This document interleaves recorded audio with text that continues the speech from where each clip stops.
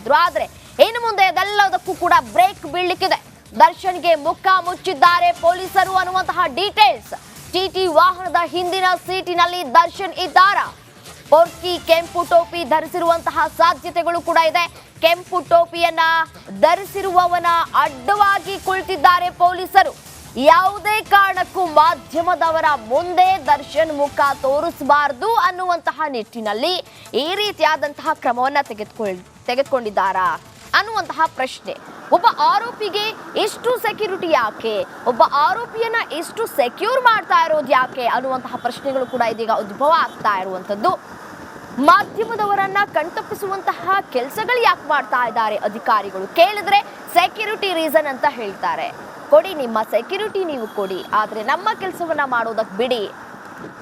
ಯಾಕೆ ಅಂತಂದ್ರೆ ಜನರಿಗೂ ಕೂಡ ತಲುಪಬೇಕಲ್ವಾ ದರ್ಶನ್ ಯಾವ ರೀತಿಯಾಗಿದ್ದಾರೆ, ಪಾಪ ಸ್ವರ್ಗೋಗ್ಬಿಟ್ಟಿದ್ದಾರಾ ಇಲ್ವಾ, ಇಷ್ಟು ದಿನ ಬಿಂದಾಸ್ ಆಗಿ ಇದ್ರು. ನಾವು ಕೂಡ ಮಾಧ್ಯಮದಲ್ಲಿ ಸುದ್ದಿಯನ್ನ ಬಿತ್ತರಿಸುವಂತಹ ಸಂದರ್ಭದಲ್ಲಿ ಪಾಪ ಅಯ್ಯೋ ಅಂತ ಇದ್ವಿ. ಆದ್ರೆ ಯಾವಾಗ ಫೋಟೋ ವಿಡಿಯೋ ವೈರಲ್ ಆಯ್ತೋ ಅದರ ಬೆನ್ನಲ್ಲೇ ನಮ್ಗೆ ಅನ್ಸಿದ್ದೇನಪ್ಪ ಅಂತಂದ್ರೆ ದುಡ್ಡಿದ್ರೆ ದುನಿಯಾ, ದುಡ್ಡಿದ್ರೆ ಏನ್ ಬೇಕಾದ್ರೂ ಸಿಗುತ್ತೆ, ದುಡ್ಡಿದ್ರೆ ಏನ್ ಬೇಕಾದ್ರೂ ಮಾಡಬಹುದು, ದುಡ್ಡಿದ್ರೂ ಕೂಡ ಅಧಿಕಾರಿಗಳನ್ನ ಕೊಂಡ್ಕೊಳ್ಳಬಹುದು ಅನ್ನುವಂತಹ ವಾಸ್ತವ ಸ್ಥಿತಿಗೆ ಬರಬೇಕಾಗುವಂತಹ ಪರಿಸ್ಥಿತಿಗಳು ಕೂಡ ನಿರ್ಮಾಣ ಆಗ್ಬಿಟ್ಟಿದೆ.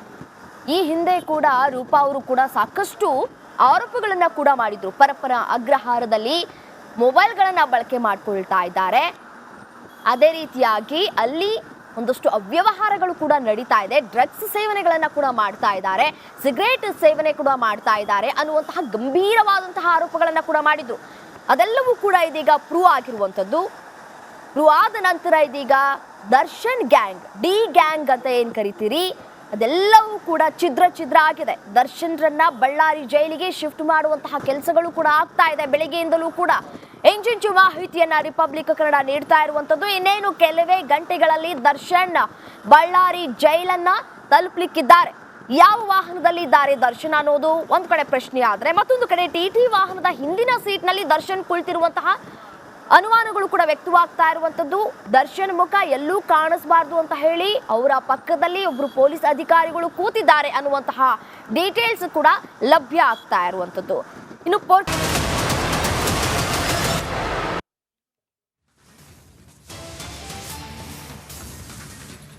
ಬಳ್ಳಾರಿಗೆ ಪೊರ್ಕಿ ಶಿಫ್ಟ್ ಆಗ್ತಾ ಇದ್ದಾರೆ. ಅಭಿಮಾನಿಗಳಿಗೆ ಶಿಫ್ಟ್ ಆಗ್ತಾ ಇರೋದು ನೋವನ್ನ ತಂದಿದೆ. ಇಷ್ಟು ದಿನ ಬೆಂಗಳೂರಲ್ಲಿ ಇದ್ರು, ಇದೀಗ ಬಳ್ಳಾರಿಗೆ ಶಿಫ್ಟ್ ಆಗ್ತಾ ಇದ್ದಾರೆ ಅನ್ನೋದು ನೋವು ತಂದು ಉಂಟು ಮಾಡಿದೆ.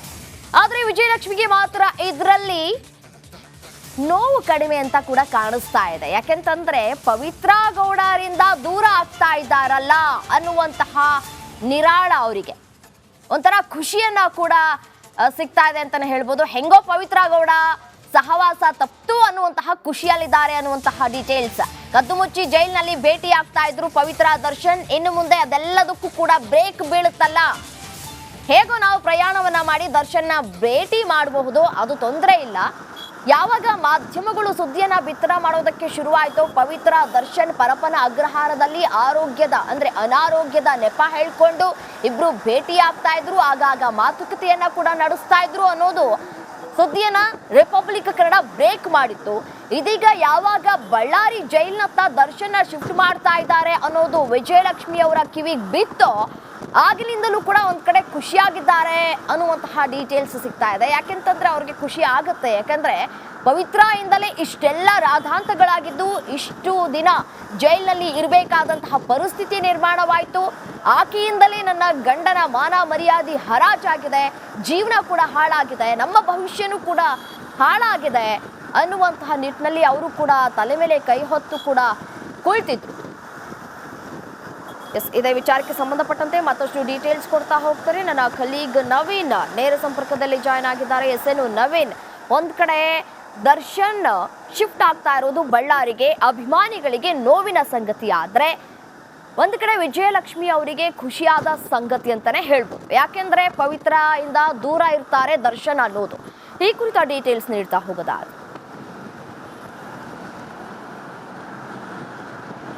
ರಮ್ಯಾ, ಪರಪ್ಪನ ಅಗ್ರಹಾರ ಜೈಲು ಸೇರಿ ದರ್ಶನ್ 68 ದಿನ. ಇದಕ್ಕೆ ಮುಂಚೆಯೂ ಕೂಡ ರೇಣುಕಾಸ್ವಾಮಿ ಕೊಲೆ ಪ್ರಕರಣದಲ್ಲಿ ಒಂದಷ್ಟು ಪೊಲೀಸ್ ಠಾಣೆಯಲ್ಲಿ ಇದ್ದು ತನಿಖೆಯನ್ನು ಎದುರಿಸಿ ಜೈಲಿಗೆ ಬಂದು ಎಲ್ಲವನ್ನು ಒಟ್ಟಾರೆ ಸೇರಿದ್ರೆ ಒಂದು 80 ದಿನಗಳು ದರ್ಶನ್ ಪೊಲೀಸ್ ಸುಪರ್ದಿಗೆ ಪಡೆದು ಜೈಲಿಗೆ ಹೋಗಿ ಎಲ್ಲ ದಿನ ಆಗಿರಬಹುದು. ಆದರೆ ಪರಪ್ಪನ ಅಗ್ರಹಾರ ಜೈಲಿಗೆ ಹೋದ ಬಳಿಕ ಈ ಒಂದು ಕೊಲೆ ಕೇಸಿನಲ್ಲಿ ದರ್ಶನ್ ಒಳಗಡೆ ಸಾಕಷ್ಟು ಸಂಕಷ್ಟ ಎದುರಿಸಿದ್ರು.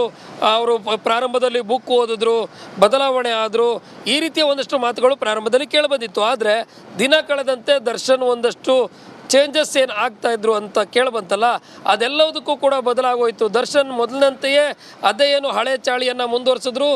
ದಿನ ಕೂಡ ಜೈಲಿನಲ್ಲಿ ಒಂದಲ್ಲ ಒಂದು ರೀತಿಯ ಬೆಳವಣಿಗೆಗಳು ಬೇರೆ ಬೇರೆ ರೀತಿಯ ಒಂದಷ್ಟು ಬೇರೆ ಬೇರೆ ರೀತಿಯಲ್ಲಿ ಮುಂದುವರಿಯುತ್ತಾ ಹೋದವು. ಅದೇನಂತ ಹೇಳಿದ್ರೆ ಜೈಲಿನಲ್ಲಿ ರೌಡಿಗಳ ಸಂಪರ್ಕ ಮಾಡೋದು, ಆ ಒಂದು ರೌಡಿಗಳನ್ನು ತನ್ನ ಹತ್ರ ಸೇರಿಸ್ಕೊಳ್ಳೋದು, ಅವರು ಬರದೇ ಇದ್ದರೆ ಅವ್ರ ಬಳಿಗೆ ಸ್ವತಃ ತಾನೇ ಹೋಗೋದು, ಈ ರೀತಿಯೆಲ್ಲ ಮಾಡ್ಕೊಳ್ಳೋದಕ್ಕೆ ಮುಂದಾಗ್ತಾರೆ. ಪರಪ್ಪನ ಅಗ್ರಹಾರ ಜೈಲಿನಲ್ಲಿ ಈಗಾಗಲೇ ಇರುವಂಥ ನಟೋರಿಯಸ್ ರೌಡಿ ಶೀಟರ್ಗಳನ್ನ ತನ್ನ ಸ್ನೇಹಿತರಂತೆ ಮಾಡಿಕೊಂಡಿರುವ ದರ್ಶನ್ ಏನಿದ್ದಾರಲ್ಲ, ಇವರು ಈಗಾಗಲೇ ಈ ಒಂದು ಪ್ರಕರಣದಲ್ಲಿ ಪರಪ್ಪನ ಅಗ್ರಹಾರ ಜೈಲು ಸೇರಿ ಇಲ್ಲಿ ಫೋಟೋಗಳನ್ನು ಹೊರಗಡೆ ಲೀಕ್ ಆಗಿ ಅದಾದ ಬಳಿಕ ವಿಡಿಯೋಗಳು ಏನು ವಾಟ್ಸಪ್ ಮೂಲಕ ಮಾತನಾಡಿರುವ ವಿಡಿಯೋಗಳು ಏನು ಹೊರಗಡೆ ಬಂತು, ಇದು ಈಗ ಸಾಕಷ್ಟು ಒಂದಷ್ಟು ಗೃಹ ಸಚಿವರು ಮತ್ತು ರಾಜ್ಯ ಸರ್ಕಾರಕ್ಕೆ ಮುಜುಗರವನ್ನು ತರುತ್ತೆ. ಅದಾದ ಬಳಿಕ ಇವ್ರನ್ನ ಬೇರೆ ಕಡೆಗೆ ಶಿಫ್ಟ್ ಮಾಡೋದಕ್ಕೆ ಕೂಡ ಮುಂದಾಗ್ತಾರೆ. ಆದರೆ ಎಲ್ಲ ಒಂದು ಕಡೆ ಈ ರೀತಿ ದರ್ಶನ್ ಬೇರೆ ಕಡೆ ಶಿಫ್ಟ್ ಆಗೋದು ಅವರ ಅಭಿಮಾನಿಗಳಿಗೆ ನೋವು ತರಿಸುವ ಒಂದಷ್ಟು ಕೆಲಸ. ಆದರೆ ಬೆಂಗಳೂರಿನಲ್ಲಿದ್ದರೆ ಆಗಾಗ ಸದ್ದು ಸುದ್ದಿಯಲ್ಲಿರ್ತಾರೆ. ಆದರೆ ಬೇರೆ ಕಡೆಗೆ ಹೋದ ನಂತರ ದರ್ಶನ್ ಹೇಗೆ ಅನ್ನೋ ಒಂದಷ್ಟು ಪರಿಸ್ಥಿತಿ ಅವರ ಅಭಿಮಾನಿಗಳಿಗಾಗಿದೆ. ಆದರೆ ಇಲ್ಲಿ ಪ್ರಮುಖವಾಗಿ ಗಮನಿಸಬೇಕಾಗಿರೋದು ಏನಂತ ಹೇಳಿದ್ರೆ, ಈ ಒಂದು ಕೊಲೆ ಪ್ರಕರಣಕ್ಕೆ ಪ್ರಮುಖ ಕಾರಣವೇ ಪವಿತ್ರ ಗೌಡ ಅನ್ನೋದು ವಿಜಯಲಕ್ಷ್ಮಿಗೂ ಗೊತ್ತು. ಅಂದರೆ ದರ್ಶನ್ ಪತ್ನಿ ವಿಜಯಲಕ್ಷ್ಮಿ ಅವ್ರಿಗೂ ಈಗಾಗಲೇ ಗೊತ್ತಾಗಿದೆ.